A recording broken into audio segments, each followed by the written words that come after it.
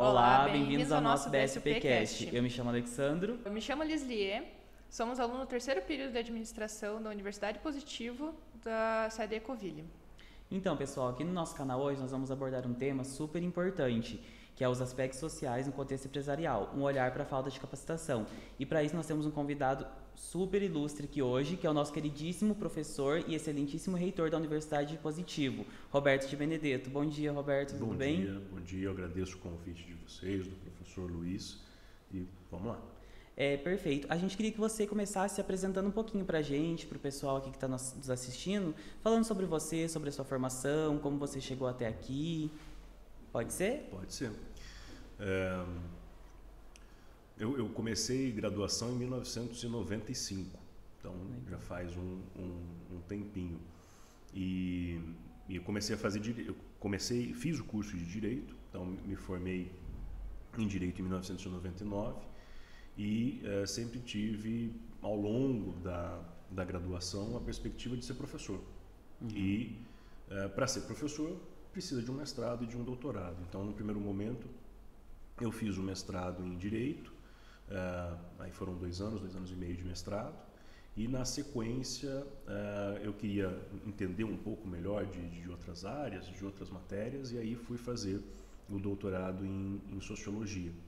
Então, junto com essa formação, comecei a lecionar em Direito, e aí dentro do ensino superior você tem um movimento que em algum momento você entra na gestão do ensino superior, né? E aí você não sai mais, né? Então você vai sendo capturado, né? Como o professor Luiz vai sendo capturado pela gestão das instituições de ensino superior. E aí eu cheguei a trabalhar como chefe de departamento em faculdade de Direito, depois coordenei curso de Direito. Comecei a minha carreira aqui na Universidade Positivo, no ano de 2001, então, portanto, completo 22 anos de casa. Saí durante um período para outra instituição, e aí, dentro dos cargos de gestão, fui coordenador de curso, fui diretor de setor, fui pró-reitor acadêmico e agora, desde 2022, tô na reitoria. E você está gostando de ser reitor aqui da universidade? Então, essa aí que eu acho que é a como pergunta que é essa principal. experiência, né? A experiência de ser reitor. Gostando não é. Deve ser uma responsabilidade tremenda. É um trabalho que exige da gente uma visão muito ampla do conjunto de toda a universidade. Eu sou da área de sociais aplicadas. Sim. E a universidade ela tem hoje, por várias razões, uma presença muito grande em saúde. Né? Então, a saúde acaba sendo a área com mais número de alunos, com o maior número de gastos, né? Hospitais, material. É um investimento muito grande nessa área. Investimento de laboratórios. Além das engenharias, que foi uma área que já foi maior, isso olhando a educação superior de uma forma geral. E então é um desafio de entender dessas áreas que às vezes são muito, muito distantes da formação da gente, mas também de compor uma harmonização entre elas. Então, a universidade, para ser universidade, ela precisa ter um equilíbrio entre a parte da saúde, a parte das sociais aplicadas, a parte das engenharias. Os programas precisam ser desenhados de forma que eles sejam adequados para todas essas diferentes formações. Então, é um trabalho, em alguns momentos, muito gratificante, em outros momentos bastante desafiador. E aí tem as alegrias e as tristezas. É muita responsabilidade, né? As alegrias e as tristezas. Qualquer profissão. Exato. A Alice quer falar um pouquinho, Alice? A gente queria conversar mais com o professor, pois a gente tem uma pauta muito importante e a gente queria aprofundar mais no assunto. Queria trazer um pouco para quem nos assiste, né? Como que a falta de capacitação pode impactar tanto no meio acadêmico como no meio empresarial? E eu queria perguntar se você entende um pouco sobre o tema, poderia falar pra gente. O que você entende? Tá. A gente hoje tá num momento de política pública de educação muito desafiador, porque é uma espécie de uma encruzilhada que a gente precisa decidir para onde vai. Durante todos os anos 90 se discutiu muito em educação superior que a gente não tinha vaga para todo mundo no ensino superior. Então, vocês me pediram da minha formação para retomar lá em 95. A gente tinha, eu sou de Maringá, a gente tinha duas opções, né? Ou a UEM, que era a Universidade Estadual de Maringá, ou a Federal do Paraná, o FPR. Por mais que já existissem instituições privadas em 95, elas não eram algo que estava no imaginário de todo mundo, né? Ainda mais para quem fez escola pública no ensino médio. Sim. Então eu venho de escola pública no ensino médio. Escola pública estadual em Maringá, que tinha duas opções. Ou passava na estadual da cidade em que eu nasci, ou passava na federal da capital do estado em que eu nasci. Para o pessoal mais novo de 16, 17, 18, essa é uma realidade que eles não conhecem, né? Não conhecem. Ou a única oportunidade era curso técnico, né? Que tinha nas escolas também. Era mais e acessível. olha lá, era algo mais acessível, como se fosse um curso a mais. Sistema S, enfim. Então, a sentença que todo jovem aos seus 16, 17 passava era uma sentença de ou conseguir a vaga nas poucas instituições que existiam, ou ia buscar algum outro tipo de trabalho ou de vida. Sim. Então, é nesse contexto que se explica os cursinhos preparatórios para vestibular. E nesses anos 80, 90 foi uma mega indústria. Foi crescendo com o tempo, né? Que cresceu Hoje em muito. dia é bem forte. Porque você tinha que fazer o terceiro ano do ensino médio, se passasse muito que bem, senão você ia para um cursinho. E os cursos mais concorridos faziam com que as pessoas ficassem 1, 2, 3, 4, 5 anos num cursinho preparatório para o vestibular, que é uma excrescência. Sim. Então, imagina ali um jovem de seus 16, 17 anos que quer fazer medicina, ele não passa nesse vestibular e ele faz 6 anos de cursinho para conseguir ser aprovado. O que ele aprende nesse cursinho é física, química, matemática, biologia. O geral. É o geralzão para. Qual é a utilidade disso para um médico? Biologia ok, química ok, mas muito cálculo matemático. História. História não. E quando ele chegasse então aos seus 22 anos de Aí tanto cursinho, ele conseguia acesso à universidade e fazer a universidade. Então, a universidade sempre foi vista como uma coisa muito excludente e muito exclusiva, porque era destinada para um público muito seleto, que tinha dinheiro, que tinha condições, que tinha... E aí vai. Sim. Então, a partir dos anos 90, ali, sobretudo, o primeiro governo Fernando Henrique, você tem uma reforma da educação superior, e essa reforma tem como principal objetivo ampliar o número de vagas. E para ampliar o número de vagas, há várias formas de se fazer isso, mas no Brasil se adotou a opção de aumentar o número de vagas por instituições privadas e por, depois de um determinado momento, expansão da educação à distância. Então, a expansão da educação à distância vem, sobretudo, muito intenso nos últimos 6 anos, mas é um processo que vem lá do início dos 2000. É bem recente, né? Sim, é recente. Bem novo. Então, hoje a gente chega numa situação em que a expansão foi feita da educação superior. Só que algo em torno de 80% das vagas sobram. Então, a gente montou no Brasil um sistema de educação superior que tem uma ociosidade de 80%. Bastante. Não é bastante, é para quebrar o setor. Sim. Porque, assim, vocês são da administração, nenhuma indústria resiste a 80% de ociosidade. Não. Sim, não resiste não. Imagina. Construir aqui uma fábrica para produzir 100 carros, produzo 20. né? Construir aqui uma fábrica para atender 100 pessoas, atendo 20. Muito difícil, E né? instalei maquinário, instalei É um investimento pessoal. que acaba não tendo um retorno, né? O investimento foi feito. E ao mesmo tempo, nós somos o país, e aí como a gente costuma fazer é comparar com os números da OCDE, quando você pega os números da OCDE, né, nós somos um país que tem a menor taxa de ensino superior para os jovens. É muito baixo. E, em contrapartida, o ensino superior, ele é o que agrega maior valor salarial no mundo. Então, nenhum outro lugar do mundo, o fato de você ter um ensino superior aumenta tanto o seu salário quanto no Brasil. E mesmo assim a gente tem esse índice de ociosidade tão grande. Nossa, nem fale.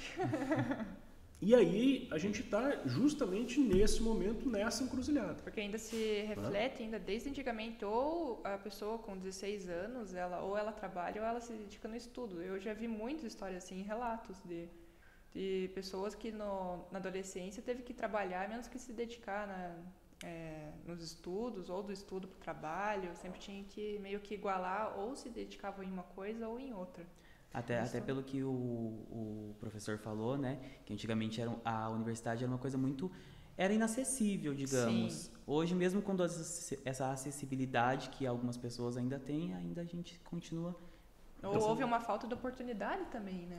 Você tinha, para olhar os anos 90, uma falta de oportunidade, você tinha uma desigualdade social que impedia esse acesso, papapá. Uhum. Mas você tinha um ponto de partida que era o problema, que era assim, não tinha vaga. Então, vamos colocar mais gente nas universidades. Não tinha vaga. Essa questão foi resolvida. Uhum. Então, hoje, existem vagas e vagas sobrando na abundância. Só que como eu não resolvi as questões de desigualdade, e como também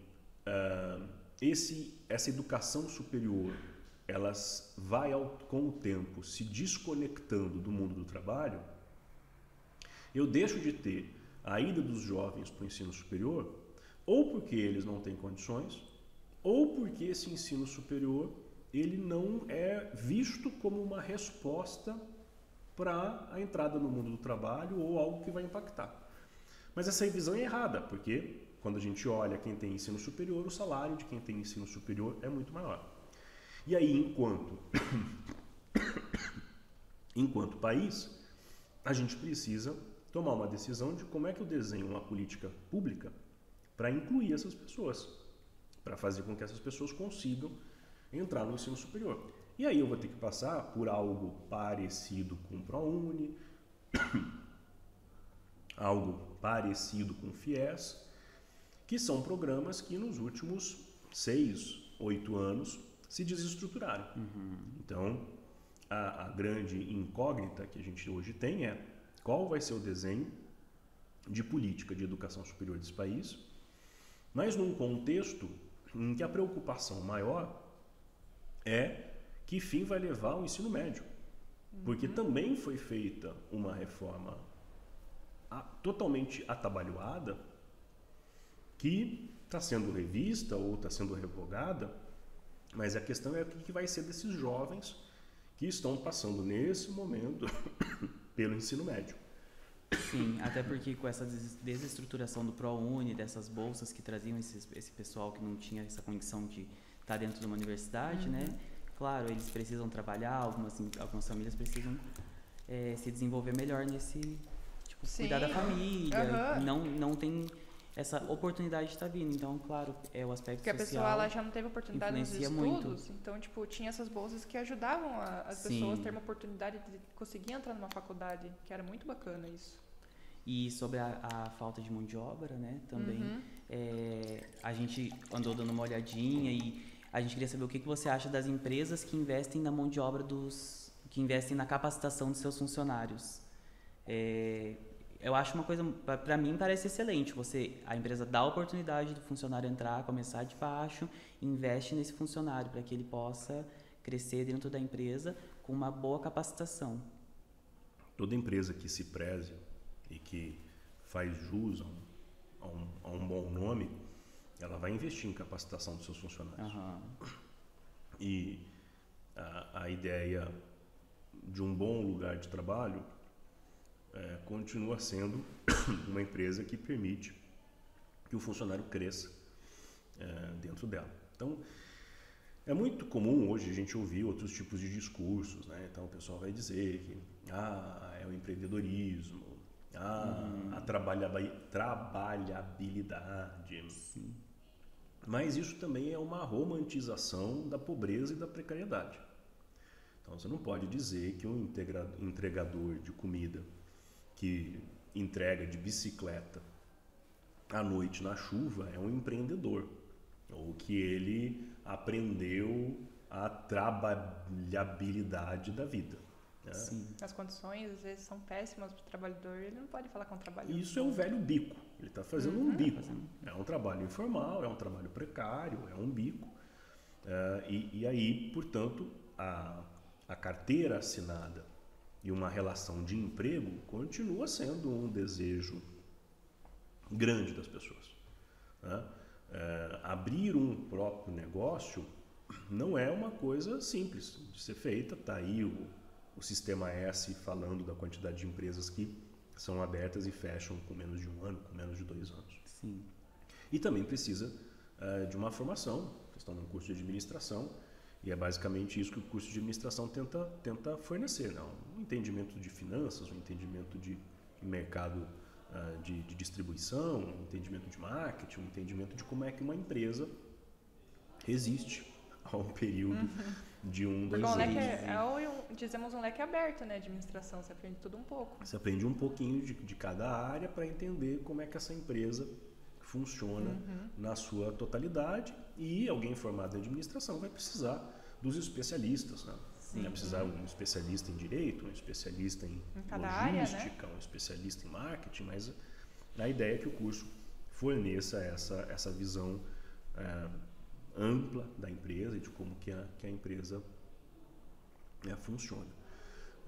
Então, quando a gente fala dessa questão de mercado de trabalho, como é que as empresas se posicionam para a formação dos seus próprios empregados, isso é uma coisa que separa boas e grandes empresas de empresas que não são boas e não são grandes. Sim. Né? Então, você tem uma formação continuada. E nisso, a universidade, e sobretudo no caso nosso, a Universidade Positivo, ela tem muito desejo de ser aliada e parceira dessas empresas nesse processo de formação. Então, uma das coisas que nos caracteriza, e a gente sempre fala que a gente está aqui na cidade industrial de Curitiba, então o cinturão industrial ele é nosso vizinho, a gente está dentro dele, né? Um dos nossos objetivos é manter essa parceria com empresas para que a gente consiga ser um local no qual os funcionários, os empregados dessas empresas vão fazer suas graduações, mas também vão fazer as suas especializações, os seus mestrados, os seus doutorados, na medida do possível, vinculado à temática que interessa àquela empresa e àquele setor. Só que a gente tem aqui, comparado a outros lugares, uma tradição muito, muito pequena das empresas investindo, seja em formação de pessoal, seja em pesquisa e desenvolvimento. Então, quando a gente pega outros exemplos, você tem um investimento muito mais pesado em pesquisa e desenvolvimento por parte das empresas do que a gente costuma ver na média do Brasil. E aí entram grandes temas de pesquisa e desenvolvimento hoje, né? Energia limpa, controle de resíduos. Você tem um investimento muito mais forte disso em outros lugares do mundo do que aqui, e também uma pressão muito grande em cima das empresas para que esse tipo de pesquisa seja desenvolvida e solução seja adotada. Principalmente a parte de sustentabilidade, né, que está em alta, está crescendo bastante entre as empresas. Então não é sustentável você continuar engarrafando água em garrafinha PET de plástico. Né? Isso daqui é um recurso que tem todo um problema de de reciclagem, ele é de uso único. Sim. Né? Eu abri aqui, posso até nem chegar a beber toda essa água, e o desperdício envolvido nisso e o impacto disso no meio ambiente é enorme. Mas que tipo de pressão existe da sociedade para que as empresas façam algum tipo de adequação em relação a isso? Muito pequena. Sim. Porque aí você teria que impactar cadeia logística. Né? Quando eu era criança, eu era muito mais sustentável do que hoje. Né? Vocês não vão se lembrar disso, mas na minha casa tinha um engradado de garrafa de vidro e a gente tinha um carrinho de feira. E quando a gente ia comprar Coca-Cola, a gente pegava o carrinho da feira e falei a marca, que não pode falar a marca, depois vocês editam. A gente pegava o engradado, o carrinho de feira, pegava o casco, a gente chamava aquilo de casco, o casco do refrigerante, que tinha que ficar de boca para baixo para não criar dengue. Aí você colocava o casco no carrinho de feira e ia andando com aquilo balançando, né? Tinha uma música. Você chegava lá, entregava o casco, pegava o refrigerante. É outra logística. Eu me lembro disso de criança. É outra logística. Igual as fontes de barro também, né? Que agora tem galão de água, aquelas coisas. E aí vai. Então, a gente sabe viver de uma forma muito mais sustentável. Né? Isso não é um problema pra gente. Não. A gente passou a infância tomando refrigerante de vidro e ninguém teve nenhum grande trauma pelo fato de ter que carregar o casco para o supermercado. Sim. Mas por várias razões, a gente não faz uma pressão em cima dessas empresas para que elas mudem o seu processo. Porque imagine que o processo produtivo de uma engarrafadora de refrigerante é muito diferente no uso de um PET ou no uso de um casco de vidro. Claro. O transporte, a lavagem, o custo aumenta e aí vai. E essa discussão é uma discussão que tem que estar na mesa. Sim. Tem que ser posta. E uma coisa que me deixou curioso agora é as empresas têm, algumas empresas têm essa iniciativa de trazer o funcionário, né, de mandar o funcionário se especializar, de falar, olha, vai lá, faz uma formação e se especializa em determinada área. As faculdades e universidades, você conhece alguma, ou até mesmo a Universidade Positiva, ela tem algum projeto que ela quer desenvolver com algumas empresas para dar oportunidade para esses funcionários se graduarem aqui? Nós temos isso, nós desenvolvemos isso. Então, uma quantidade muito grande dessas empresas que estão na cidade industrial, que formam esse cinturão industrial da cidade de Curitiba, tem uma relação com a gente, seja na graduação, seja no lato sensu, seja no mestrado, no doutorado, de cursos que nós ofertamos regularmente, mas também de cursos que são desenvolvidos especialmente para essa empresa. Então, a gente já chegou em vários momentos a desenvolver cursos para a empresa química X que precisava a formação de um determinado tipo de profissional. Essa turma era formada por funcionários, empregados atuais ou pessoas que tinham por objetivo serem contratadas por essa empresa, e a universidade vai lá e faz essa formação. Então, é um pouco isso que a gente entende que é o papel de uma universidade que quer fazer sentido no contexto atual do mundo. Então, a universidade hoje ela precisa ter esse diálogo, né, não só com as empresas, mas também com a sociedade, com os órgãos públicos, enfim, mas ela precisa abrir esse diálogo para ela ter sentido, para ela se fazer presente no mundo do trabalho, nas indústrias, nos serviços, na agricultura e por aí vai. Muito bacana. A gente tem algumas perguntas aqui, acho que você até acabou de responder uma pergunta, foi uma pergunta minha, né? Deixa eu ver. Você tem alguma pergunta, Liz, que você queira fazer em especial? Como as tecnologias de aprendizagem, que eu digo, a apresentação de slide, vídeos, painéis digitais, sites, também podcast, inclusive, que o pessoal ultimamente está bem alto para o pessoal escutar e ter mais acesso à informação, como pode ser usada para superar as barreiras da capacitação do funcionário? A gente nós humanos, somos muito plásticos em receber tecnologias novas. Nós nos adaptamos a elas muito rapidamente. Né? Desde o fogo até o smartphone, né? A gente vai incorporando essa tecnologia e a gente começa a não se imaginar mais sem o uso dela. Né? Então, já que a gente está falando do passado em vários momentos, eu sou de uma época que eu conheci telefone celular quando eu tinha 20 e poucos anos. Né?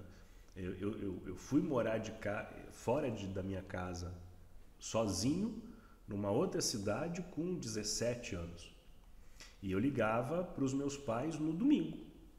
Né? Nossa. Se a gente for imaginar isso... A forma de ligação, eu já escutei muitos relatos também que demorava muito. Do orelhão. E não era todo mundo que tinha acesso, E não era nem horário. orelhão, era uma cabine preparada pela Telepar. Você combinava com a pessoa, exclusivamente. Ficava com Pra você filinha para fazer. ligar. Já escutei muito Então, relato. hoje, se a criança de seus 17 anos não liga para a família de hora em hora, ou se algum pai abre o WhatsApp e não vê lá o online, Ou tipo, avisei em tal lugar, tô em tal lugar, né? Nossa. morreu. Que dirá você fazer ligações semanais aos domingos. Então, a relação nossa com a tecnologia, ela é uma relação de adaptação muito rápida. É muito comum na educação superior a gente ficar discutindo novas tecnologias. E tem um jeito forçado de fazer isso e um jeito natural de fazer isso. Isso só dá certo se for pelo jeito natural, não pelo jeito forçado. Igual Então, que seria o jeito natural que você disse. Vocês imaginam hoje tirando xerox de material? Né? Fotocópia? Ah, Na minha época de Não. graduação... hoje em dia a maioria é tudo PDF, igual folha... PDF, A gente tem tudo aqui, né? Drive, Trabalho BNT, inclusive, acho que você sabe, era tudo à mão antigamente. tudo à mão. Hoje você Só- tem programa Verdade. que faz. Né? Hoje você tem o chat GPT que você É, bota lá e que diz, ajuda. bota na BNT pra mim, ele bota. Meu pai era profissional na máquina lá de escrever. Que eu via aquele barulhão dentro de casa. Nossa, eu tenho um barulhão, minha mãe Então, também. Ela sempre... Você não precisa...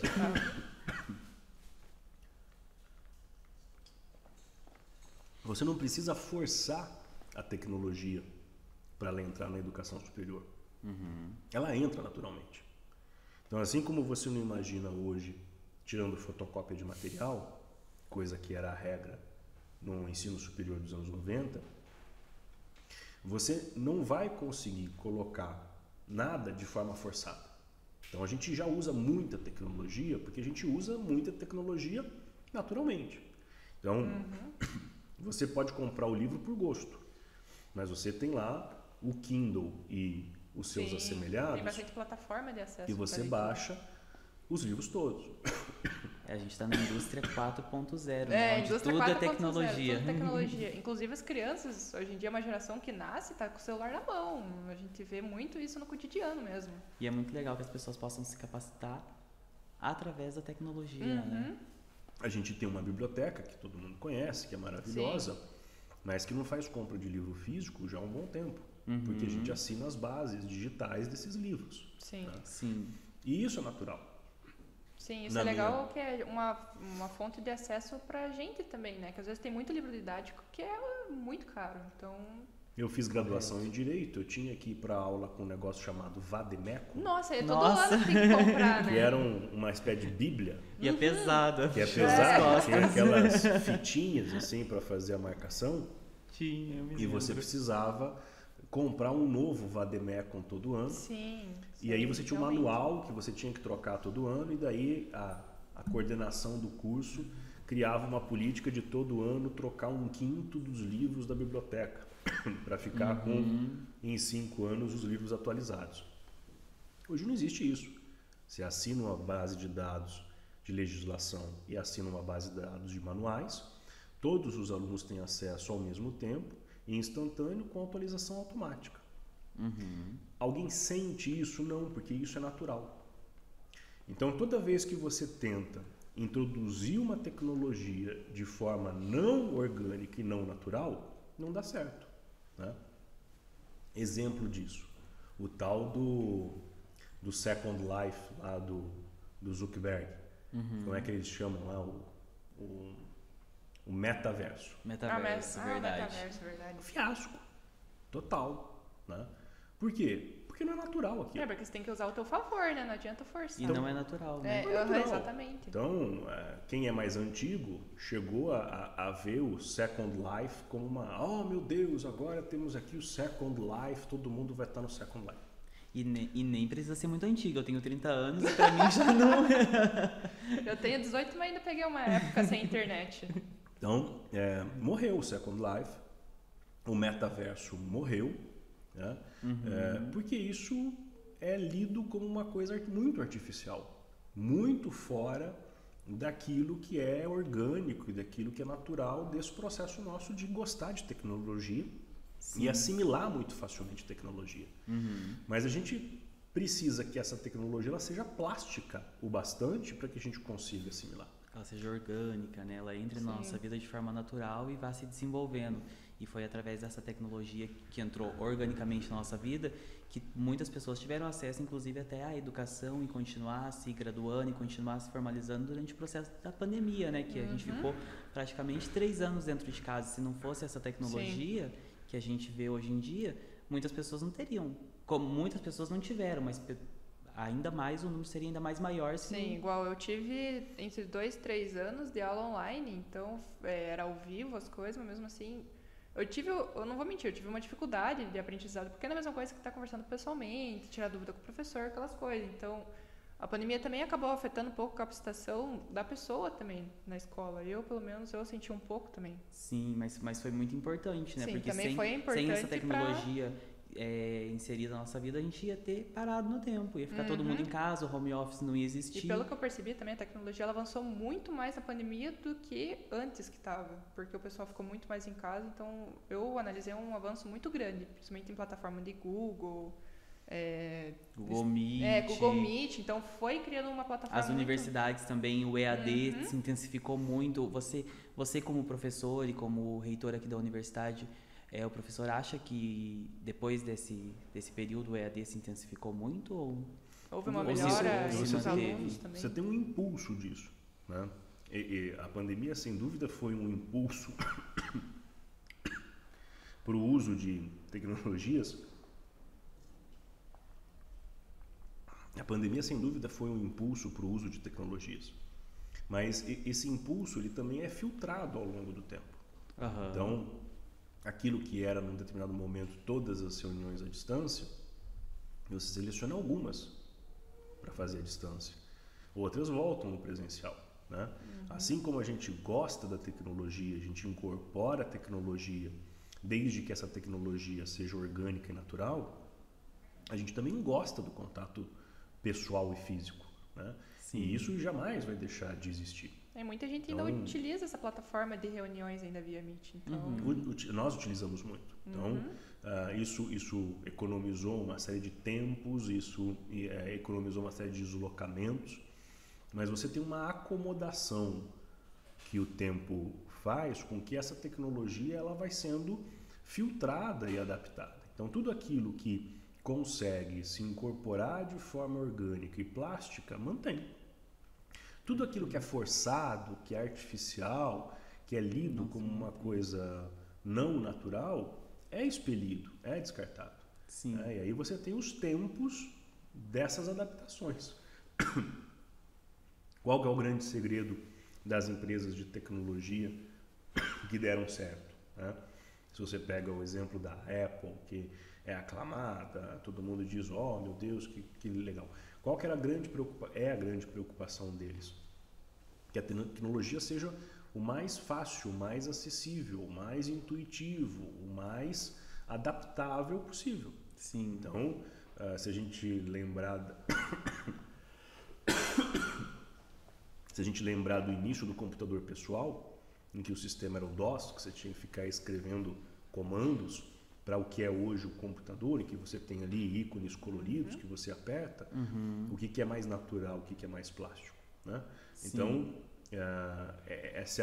você tem um avanço da tecnologia, que é um avanço muito grande de infraestrutura, do chip, do material, do armazenamento, que é esse avanço do próprio material tecnológico, mas você também tem um avanço que é de como ela vai se adaptando ao humano e vai se incorporando ao humano. Num relógio com design mais bacana, que você acessa tudo por ele, num tablet mais ergonômico, num computador em que você não se preocupa com o funcionamento dele, mas sim com o uso. Então, isso pega todas as áreas, inclusive na área da educação. Perfeito. E, bom, nosso tempo acho que já está acabando. A gente queria pedir para você deixar uma mensagem sobre essa falta de capacitação para as pessoas que ainda não têm a oportunidade de se capacitar, de estar numa faculdade. Algum conselho algum também? Conselho? O que Bacana. você tem para dizer para essas pessoas, até para talvez para essas empresas que ainda não aderiram a essa ideia de capacitar o funcionário para que ele possa cada vez melhorar e crescer dentro da empresa? A educação é sempre o melhor conselho que você pode dar para qualquer pessoa. Então, é inconcebível alguém que não conclua os seus estudos. Sim. É claro que você tem aí uma questão de sobrevivência, uma questão de acesso, uma questão de desigualdade, em que você deixa de fora uma quantidade enorme de jovens brasileiros da educação superior. Então, o que se diria a esses jovens? Primeiro, que a educação ela é importante e fundamental para a colocação profissional deles, mas também para eles enquanto pessoas e cidadãos. Mas, tendo em vista, né, o contexto social nosso, a gente também tem que dizer para as pessoas que as pessoas precisam lutar por esse acesso. Então, o nosso desafio não é apenas um desafio de fazer a educação superior, mas é um desafio de você precisar lutar por uma política pública que torne possível a realização dessa educação superior. Não só uma pessoa, né, mas todo mundo tentar se unir. Então, isso não é um trabalho de um indivíduo. A gente precisa tentar tirar um pouco das nossas análises uma armadilha que a administração cai sempre muito, que é aquela armadilha do self-made man. Né? Basta ter força de vontade que você vira milionário. Mentira. Quem dera, né? Quem dera se fosse assim, eu já estava milionário há muito tempo. Você precisa ter força de vontade? Precisa. Tem que colocar na prática, Mas né? você tem que ter força de vontade, tem que ter acesso à educação, tem que ter relacionamento, tem que ter incentivo do governo, tem que ter política, tem que ter ambiente. Então, assim... É uma construção. O que a gente precisa fazer e tomar ciência aqui? Os jovens brasileiros precisam de educação superior. Vaga não falta. Então, portanto, eles também precisam lutar por políticas públicas que tornem essa possibilidade de cursar a educação superior factível. Sim. E isso é uma construção que tem que ser feita no coletivo. Não é um jovem lutando. Né? Você precisa de organizar as empresas, organizar as associações industriais e comerciais, você precisa pressionar as instituições públicas, prefeituras, estados e governo federal para conseguir criar um ambiente em que, além da força de vontade, você tenha os outros elementos necessários para que você possa se desenvolver enquanto um trabalhador, mas também se desenvolver enquanto um ser humano com todas as facetas da vida humana. Então, a educação superior ela é fundamental, ela é estruturante do ser humano, mas a gente não basta ter força de vontade, a gente também precisa lutar para que a gente tenha condições, enquanto país, de que todos os jovens façam a educação superior. Exato, a gente vai torcer para chegar lá. Né? Vamos lutar também, fazer o nosso papel. Sim. Né? Exato. Então, a gente agradece, né, pelo convite agradecer. Também, que foi uma grande oportunidade ter você aqui para apresentar. Você aceitou o nosso convite, ter vindo até aqui, ter disponibilizado o seu tempo, a gente fica muito feliz. A gente queria agradecer também ao nosso querido professor Pinheiro, que é aqui atrás, aos outros alunos aqui da turma de ADM também que participaram.